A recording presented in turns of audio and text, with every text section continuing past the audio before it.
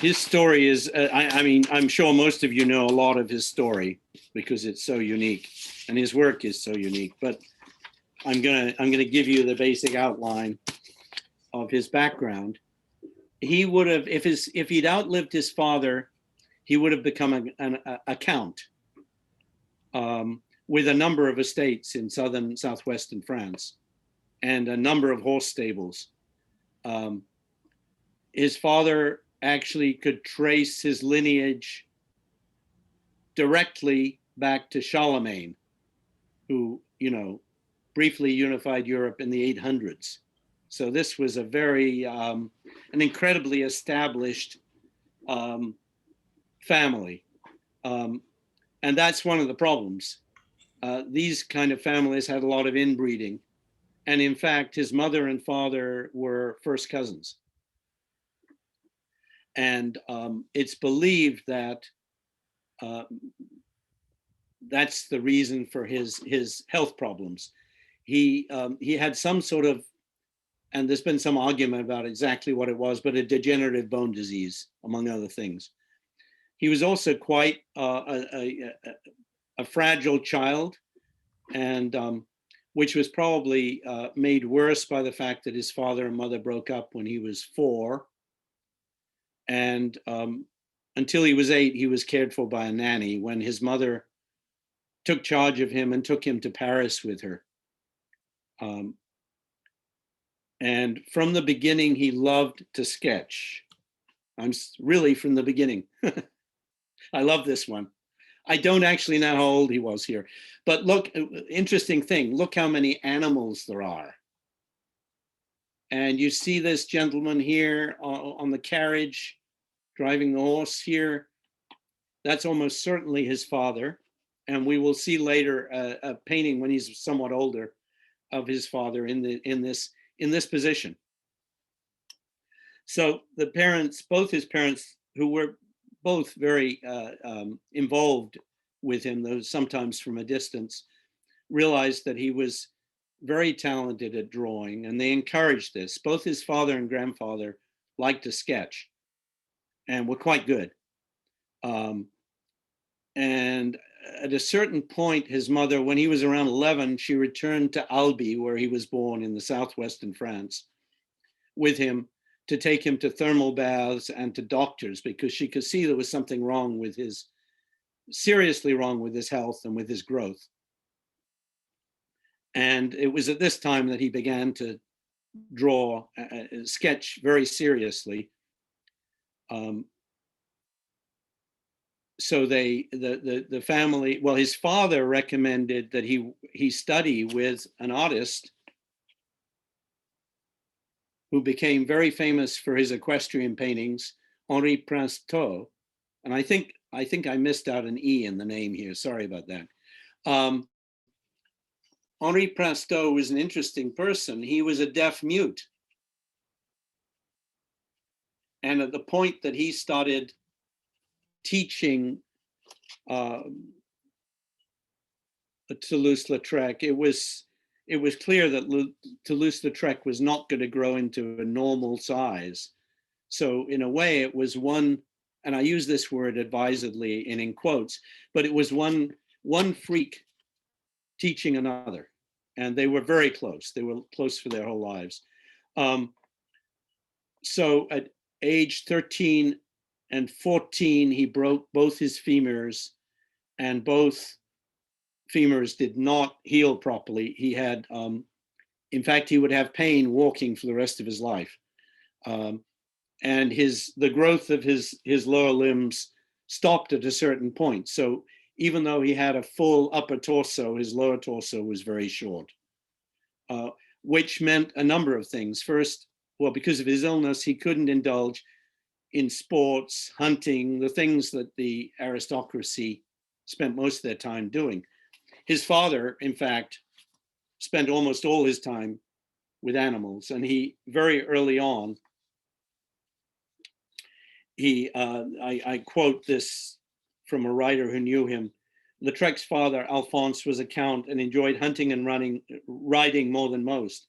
Friends and family recalled that Alf, had an almost unnatural love of animals. I don't know exactly what that means.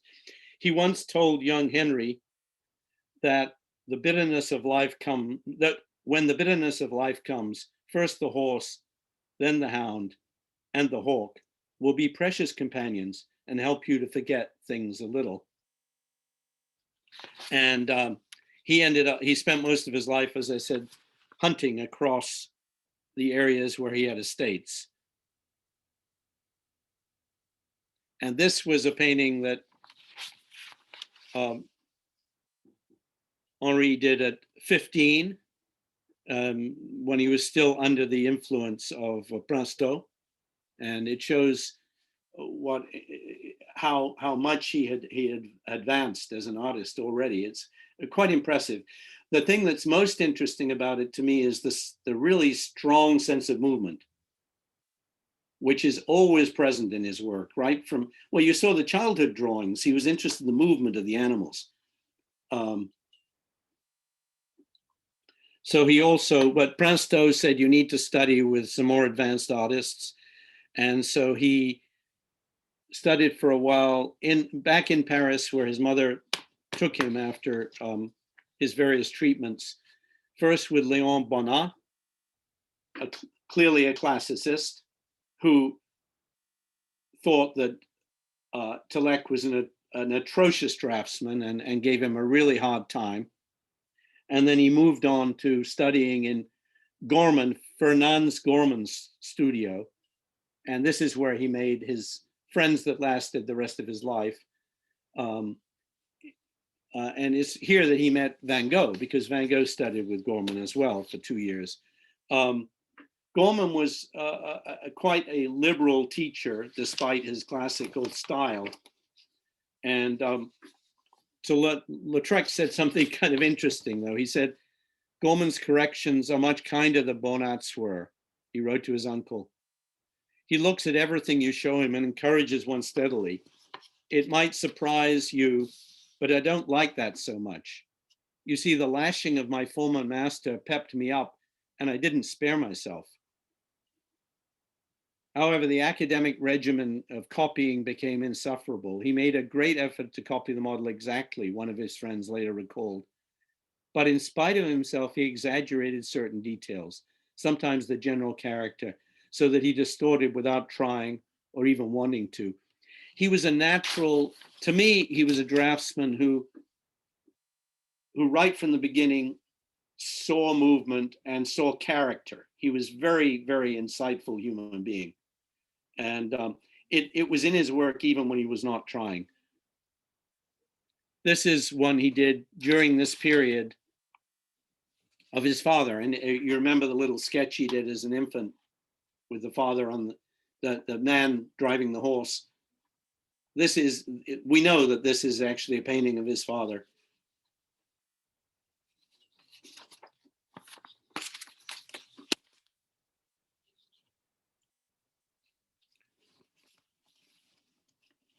So I love this. He was done during his time with Corman. I love this very relaxed sort of still life with the clearly done in the mirror with the stuff still on the mantelpiece is the way it looks.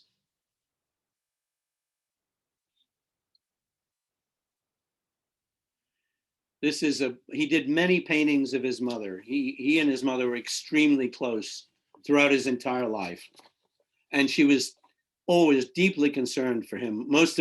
Apparently she wrote voluminously to her friends, and her main subject was Henri. And in Paris, she had a house in Paris. And he for many years, he lived with her and shared the house with her. And I think this is a very tender and beautiful portrait. This was back on his mother's estate near Albi, and it's one of the workmen on the estate. And it shows a real mastery, and not only of draftsmanship, but also of it hints at his understanding of Impressionism.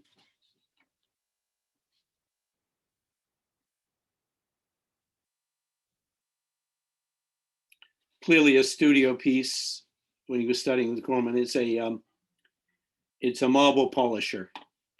Though I think, in fact, marble polishes didn't work in the nude. But it's a very, it shows his mastery of, through an immense amount of effort, his ability to tame his instinct to distort, and his ability to represent very accurately.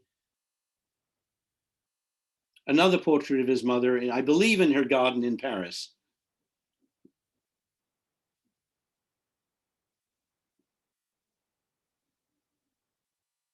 Now, this is interesting. This is painted at the time that Van Gogh arrived in Paris, and would have spent time with Lautrec. And I can't confirm this, but the outfit and the posture is very much like the painting that Van Gogh painted of Agostina Segatori. And it makes me wonder if in fact, I could find nothing indicating who this was, but it makes me wonder if they'd both painted her at the same time, or at around the same time. That was, if you remember, where Van Gogh hung his Japanese prints, and apparently had an affair with Segatori. A little bit earlier than this, he had met Suzanne Valadon. This is a portrait of her. She was living in the same building as him with her mother, and he was a great chef and a great entertainer. And despite his disability, he made numerous friends, and was the life of the party. He would throw these huge get-togethers and cook for everyone, and also mix up very potent cocktails. And Suzanne began to attend and became the hostess for him, helping him arrange these events. And so they got very close. It's generally assumed that they had a romantic relationship. He also took her under his wing. He advised her on how to dress fashionably, because he was very fashion conscious. And she had previously been a model and mistress of Renoir who had ignored her artwork. But Lautrec, who was apparently a very kind person who listened to other people, encouraged her drawing. And when he thought her drawing was good enough, he arranged for her to have a meeting with Degas. And she went in with great trepidation, and Degas looked carefully at her drawings, and he eventually turned to her and he said, "You are one of us." And she became actually probably Degas' most loyal friend, because she was a tough character herself, with a sharp tongue. So she had no trouble with his moods and some of the terrible things he would say. Eventually, she and Lautrec broke up. I read in certain sources that she wanted to marry him and he refused. I don't know if that's true, but this is her. It's called The Hangover, and I've shown this to you before, but it's a really excellent portrait, and you begin to see that very expressive brushwork, which repeats his drawing style, actually carries it into the paint. Around the same time, he found this other model. You'll notice with him that there's barely a woman in his paintings who doesn't have red hair. He was totally obsessed with red hair. And this woman, whose name is Carmen Godin, had very, very intense red hair, and he immediately asked her to model for him. She was a working class woman, a demi-mondaine, and he first depicted her like that, as a working class woman. I think this is a beautiful portrait, actually. But then he had her take roles, and this is a magnificent painting that's a real homage to Degas, who was the artist he admired most. She's posing as a laundress here. And if you remember Degas' work, it's quite different, but it's very much in his manner.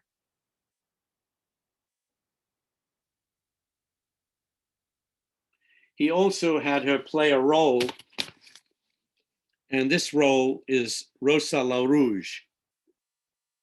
There was a very famous song going the rounds of Paris at the time, sung by Astrid Bruin, who became an extremely close friend of Lautrec's, who had a cabaret and would invited actually Lautrec to show his work in the cabaret.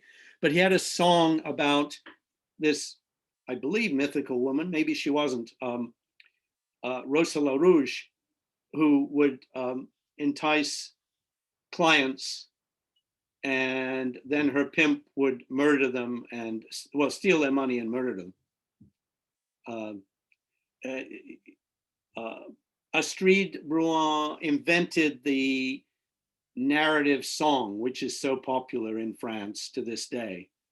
You know, telling a long and complicated and usually very, well, a working class story.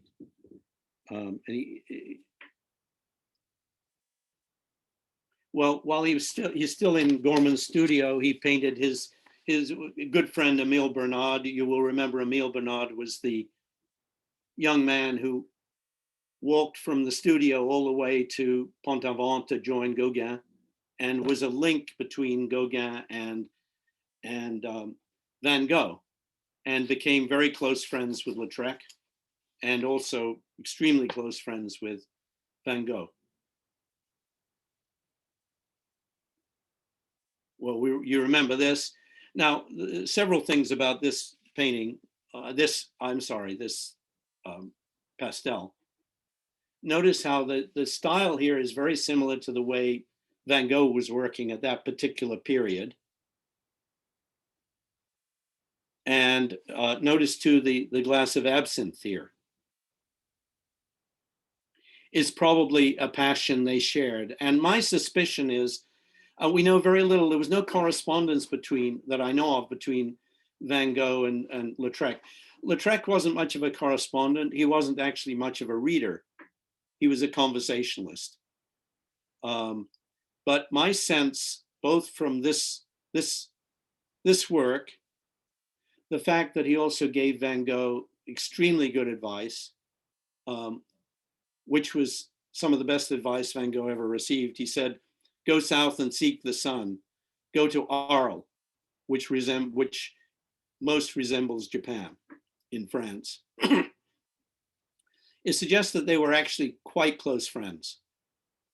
And another thing that suggests that is that in 1880, some of Van Gogh's paintings were sent by his brother to an exhibition in Brussels called The 20. It was an exhibition, a radical exhibition space in Brussels. And Lautrec also had paintings there. And one of the artists began to criticize and mock Van Gogh's work. And Lautrec quite seriously challenged him to a duel. Fortunately, the other guy apologized. But it shows that Lautrec was obviously felt very close to Van Gogh. Perhaps he felt he was a soulmate, another suffering soul. I don't know. Oh, whoops. So he becomes more and more adventurous once he's out of Gorman's studio. And this is about a 3.5 by 4.5 foot painting. The circus, apart from the cabarets, the concert halls, there were more and more circuses taking root in Montmartre. This was a period when France was recovering from the Franco-Prussian War, becoming much more prosperous. And the entertainment scene in Montmartre became just outrageous. But look at the distortions in this painting. I mean, look at the perspective on this horse and the distortion in the ringmaster. And then these actually quite comic elements that he's thrown in here and here. His sense of humor and his amazingly expressive draftsmanship is beginning to be quite obvious at this point. This painting was acquired by, by the Moulin Rouge, which we're going to see in a minute. But he continued to do, during this period, working class subjects like this. This was for a newspaper, actually, where he illustrated an article with several of these sketches. This is actually oil on cardboard because it was going to be a black and white reproduction. But you can see what a good draftsman he could be.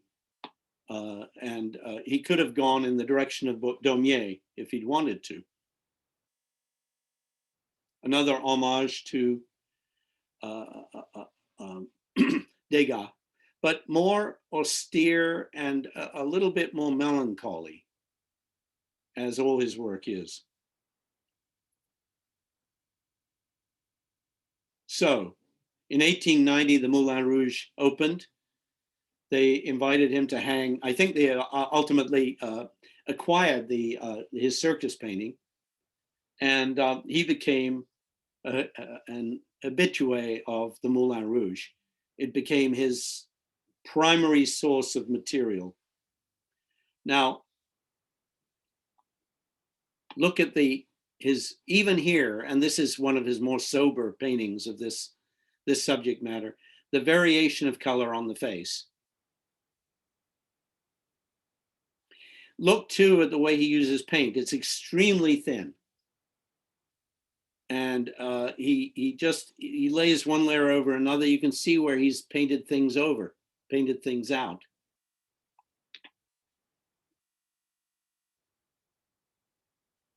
This is okay. This woman is a street walker, which was a dangerous profession. The bordellos and all of these entertainment halls were in the back bordellos, all of them. But they were regulated by the French government, and they were inspected by health inspectors and other officials on a regular basis. But someone like this, on the other hand, who was freelancing, was taking great risks. And it's a very sympathetic, to me, very sympathetic portrait of her.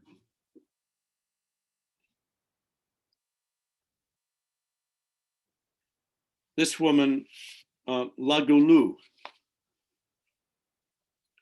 invented the can-can and was the most famous figure in the Moulin Rouge at the time. And Henri became friends with everyone in this establishment and painted almost everyone eventually. And very often the paintings led to prints like this. Some of them are more directly derivative. This one isn't. But this again is Lagoulou. But in his prints, he often makes the principal figures more attractive than he does in his paintings, because this was a massive print, a lithograph, probably 3 or 4 feet high, and it was plastered all over Paris. And it made his name. He was almost immediately, people were giving him orders for prints, and he became one of the great masters of the lithographs. And you can see already, very original, the way he's handled this. This gentleman in the foreground was her dance companion, who happened to be, his name was Valentine Descossets, and he was an incredible contortionist. So he also got invited, for instance, to do the cover of this book of Victor, I don't know if it's Jose or Jose, I'm not sure. Reine de Joie,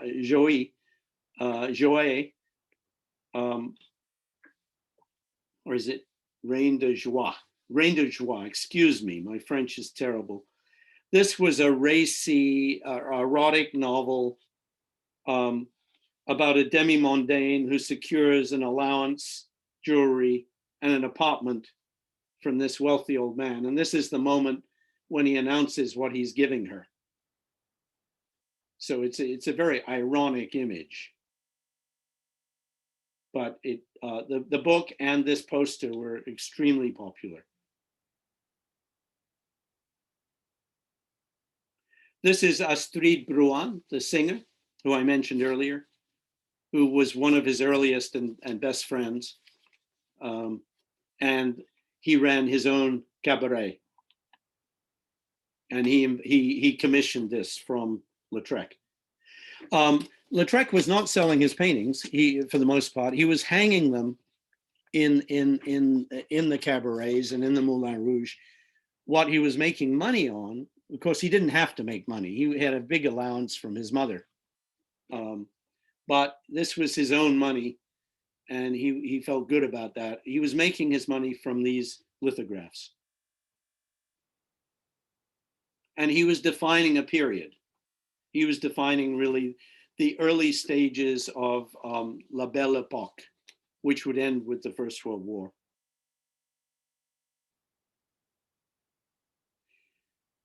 This one is known as the Englishman. And you notice his red ear. The purported reason for that is his ears are red because of the racy things these French women are telling him. This man was actually a painter friend, Tom Warrener, a good painter friend of Lautrec. Almost everyone he's painting are actually friends of his and acquaintances that he knows quite well. Look at his use of color here, though. It's as radical as Gauguin's. And the brushwork at times is very similar. The difference, there's two differences. One is he's not celebrating a paradise. He's actually, despite the really interesting colors, he's giving a very gritty feel of the world he's inhabiting. And he's really not sugarcoating it. This was the lithograph. It's kind of interesting how he how he completely changed the painting to make the lithograph.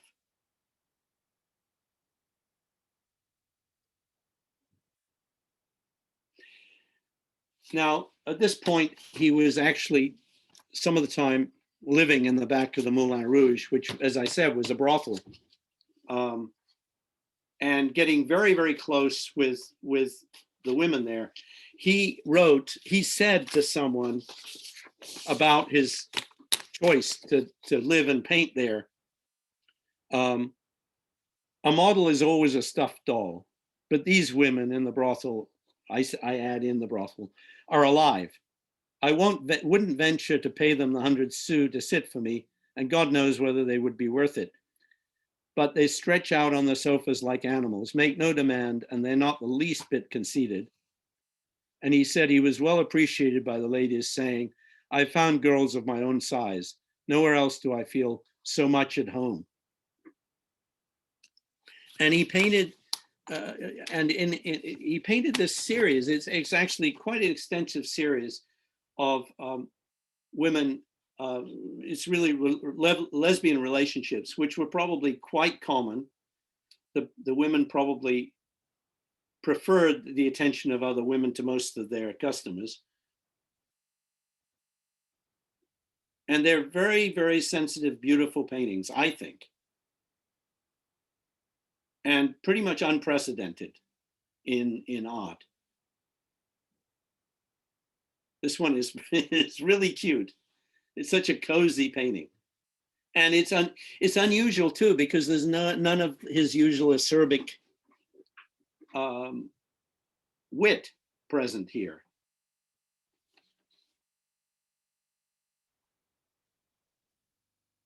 So around this time, a new performer comes on the scene whose name is Jane Avril. And she has an interesting history, a history that is good to know to understand her, and has his interest in her. She escaped an abusive home at the age of 13. She clearly had some sort of nervous disorder. She ended up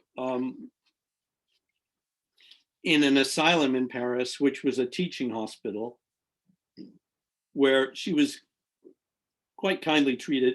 And they had a kind of social dance there. And she started dancing with everyone else and discovered she could control. What she had was something which is loosely defined as St. Vitus's dance. And she discovered when she was dancing, she could express herself, and it eased the tension and eased the problem. So later, at 20, she was taken in by the Moulin Rouge, and she started dancing there. And there's a description: in the midst of the crowd, there was a stir, and a line of people started to form. Jane Avril was dancing, twirling gracefully, lightly, a little madly, pale, skinny, thoroughbred. She twirled and reversed, weightless, fed on flowers. Lautrec was shouting out his admiration. Inexpressible strangeness, wrote the newspapers, struggling to define the phenomenon of Jane Avril. Like an orchid in a frenzy, a critic noted, in contradiction to the above. So this is his first portrait of Jane Avril, who would become one of his closest friends there. I think her particular disability touched him and made him feel closer to her, because he was at home here because these people were in a certain sense social outcasts, and he was a social outcast from his own class. So actually here she is again. And I think, let me make sure of that actually. Yeah, I believe so. And a number of his friends, these are all people he knows. This woman over here is May Belford, who we'll see again. She's an Irish woman who's a singer. And look at how he's playing with the artificial lighting in very effective ways in these paintings. Who are these people and who's this? That's Toulouse Lautrec, with his cousin on his mother's side, who's as tall as he is short. And they were quite inseparable. His cousin's name was Gabriel Tapier de Celeran. That was his mother's family's name. And they were inseparable at the Moulin Rouge and elsewhere, very good friends. But when they walked along, Celeran had to walk very slowly because Lautrec shuffled. And he shuffled with a cane. After a certain point, as he became more and more alcoholic, he had a cane made that was hollow, and it was filled with alcohol. Well, with liquor. So he would never be without a drink. So he's entering a world, I mean, not only is it a world that's questionable in many ways, but it's also a world in which he will become more and more of an alcoholic. Partly, probably to deal with the pain he suffered, both psychological and physically. So this was one of his homages to Jane Avril. It's a really exceptional painting, a lithograph. Note that in the beautiful movement and beautiful delineation of her dancing, but her expression is not a happy expression.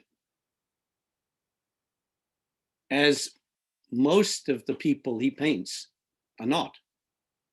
They're living a very artificial life, and they're on stage all the time. What's actually going on in their minds may be something quite different from what they're presenting. The other thing about this, which I thought was very interesting when I noticed it, look down here. First of all, the instrument, the way it turns into a frame for Jane Avril. But down here on the right-hand side, is that a dog's head and an ear? Sure looks like it to me. And why has he done that? Is he using it to express the nature of the music? I don't know, but there's some very unusual things that happen in his paintings and his lithographs.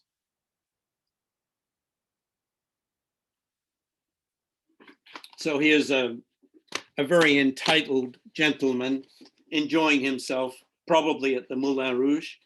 And of course, there's the glass of absinthe.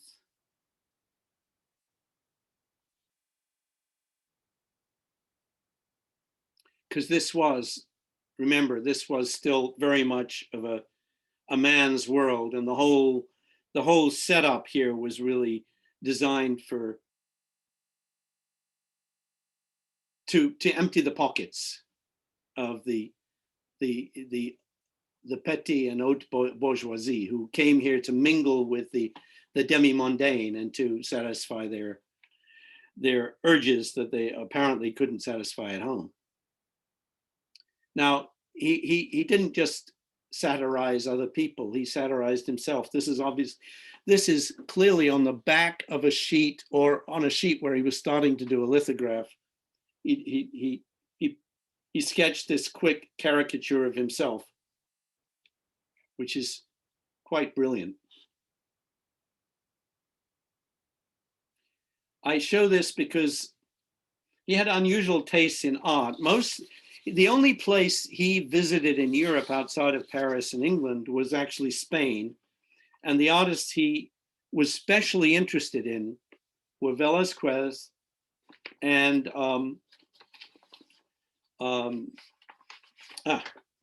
spacing his name. El Greco. And you can kind of understand his interest in El Greco because of the distortion of the figures, which El Greco was such a master at doing. But he also apparently liked this painting a lot. And he was very interested in the way these women were presented here. And it had an influence, apparently, though you have to look twice to see it, on this painting, which is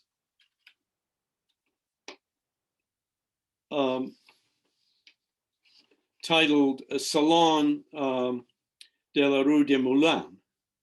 And it's where the women are waiting for customers.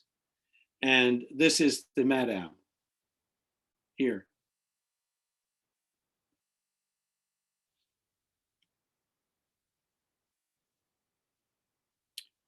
So this is his portrait, somewhat satirical, of his close cousin, but a very powerful painting. Like many tall people, it seems Gabriel Tapier de Céliron walked with a little bit of a stoop. And of course, Lautrec could not resist parodying him here. Though they were close enough that I'm sure Gabriel wasn't the least bit upset by this caricature. This is May Belford, who we saw earlier, lit from below in the corner of the Moulin Rouge painting. This is her act.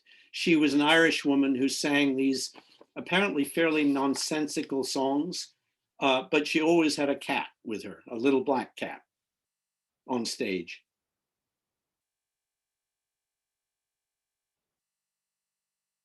This was a woman who I admired greatly because she was a clown in a circus. There were a lot of circuses during this period, and she was a good friend of his.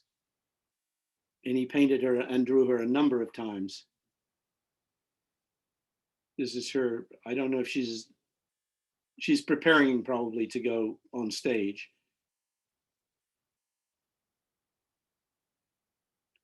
This is her entering the circus. But notice here is Lautrec with his cousin in the background, right behind her head. This is a lithograph, and it shows what a skilled and creative draftsman he was. It's as much about character and movement as it is about accuracy. But look at the variation in line and how much of he can hint at things here with very thin lines and then emphasize other elements. It's reminiscent in a way of some of Van Gogh's use of pen and ink.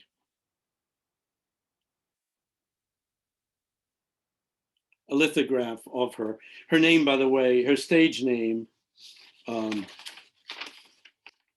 is Chau Cao. Chau Cao.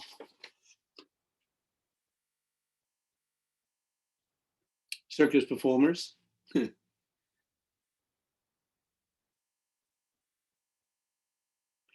His fame was such that he was invited to England to do some posters for companies there. This was one for a company. I'm sorry I couldn't find a larger one. I had to blow this up really beyond the way it should have been blown up.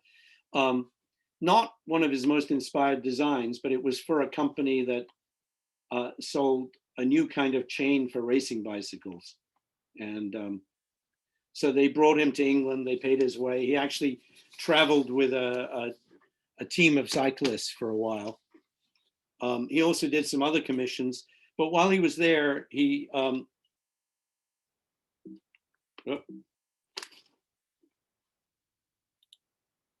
visited Oscar Wilde. The idea was it was the day before Oscar Wilde was to be sentenced, and Oscar could not sit still, so there was no drawing session.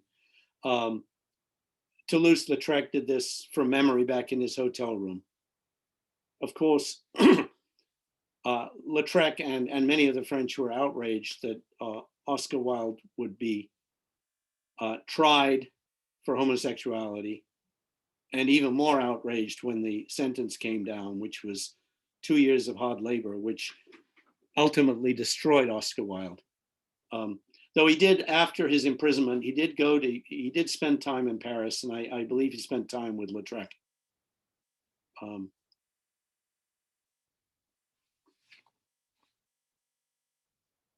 But Lautrec took his side all along and was very vocal about it.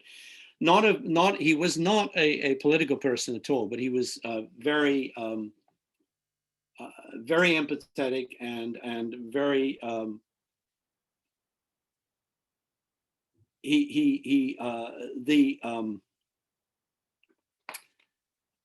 dishonesty in social relations was something that, and the hypocrisy in society in general was something that outraged him, and shows in a lot of his work. So the dance went on. This is Jane Avril at the end. See how she is not in unison.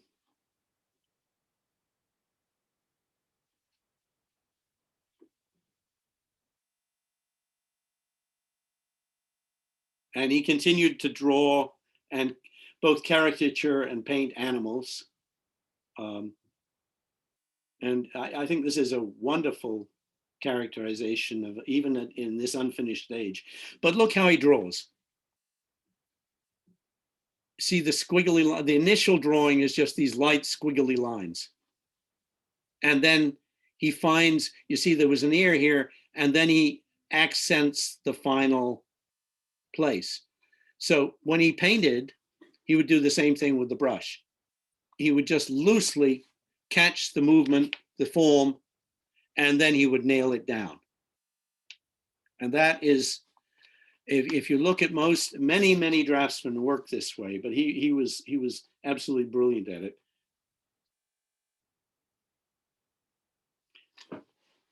So at this point, at this stage of his career, he's becoming a really serious alcoholic, and his work begins to change. This is, to me, a very melancholy and touching painting. I don't know what other people think of it, It's so strange with this figure as white as the bedspread. As white as the sheets, I should say.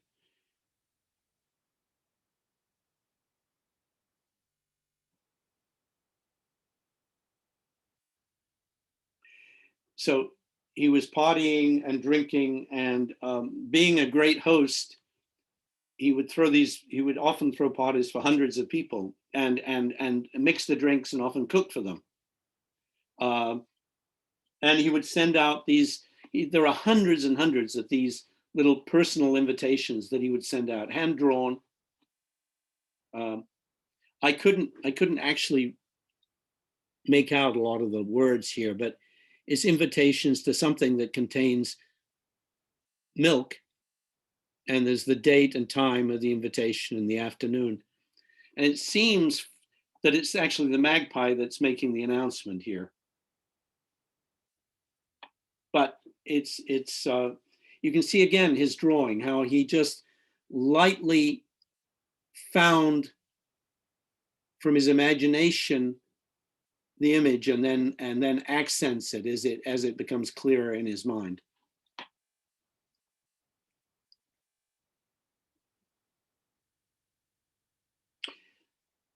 So this was Vuillard, who was one of the young painters who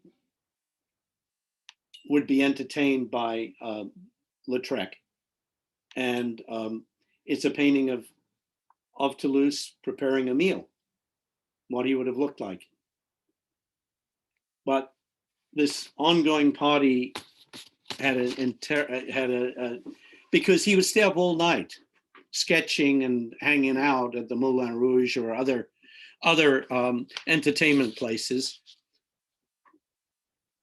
Then he would sleep during the day, and then he would paint in the afternoons often, I think, and go back on to that continual routine, wearing himself out. And finally, in 1890, he has a complete nervous breakdown. And his mother commits him, who's very concerned about him, commits him to an asylum. While he's in the asylum, as a sign of her friendship, Jane Avril commissions him to do this poster, which is really quite a lovely poster.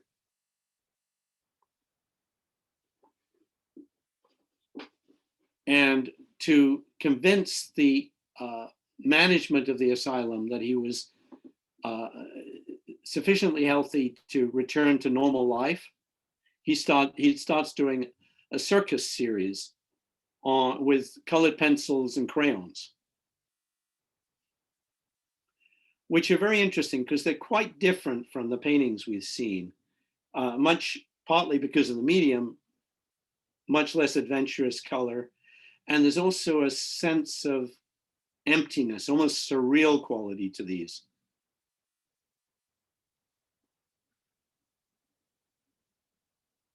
These are completely from his head. He had no material to work from.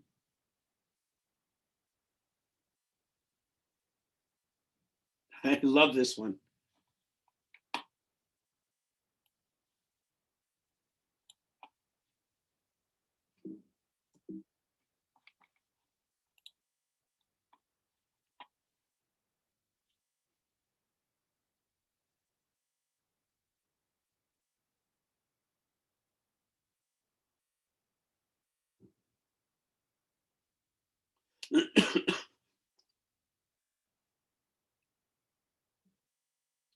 So he finally wins permission to leave the asylum, and he does very little painting because he starts drinking heavily again almost immediately. He apart from his own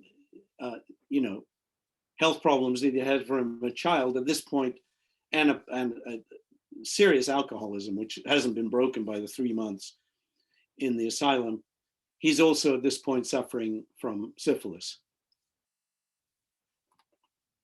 And this painting, though it's quite a good painting, it has none of the excitement of the previous works we've been looking at. And this is his last painting, which shows how much he has lost his ability to create great works. I mean, it's quite a good painting, but it suffers from distortions that don't work, like especially the kind of monstrous hands. And it's interesting. It's actually, this is meant to be his cousin, who's taking the oral exam to become a doctor, which happened while he was in the asylum. And shortly after this painting, he died. His mother, who remained devoted to him to the very end, who, by the way, was a devout Catholic, so I don't know how she reconciled that with his way of life, but she did. She took most of his paintings and established a museum in Albi, where she had her estate, for his paintings, and it's worth visiting. Actually, the museum is in what used to be the cathedral of Albi, and it's a spectacular collection of his work from childhood all the way. His father never really accepted his painting. As far as he was concerned, his paintings were all sketches. They weren't finished works. So that is, in brief, the story. He dies, by the way, at 32. Is that right? He dies a year younger than, let me look at, I may have that wrong. It's, no, he dies, I'm sorry, he dies at 36, a year younger than Van Gogh died previously. But it's quite amazing what he accomplished considering his handicaps.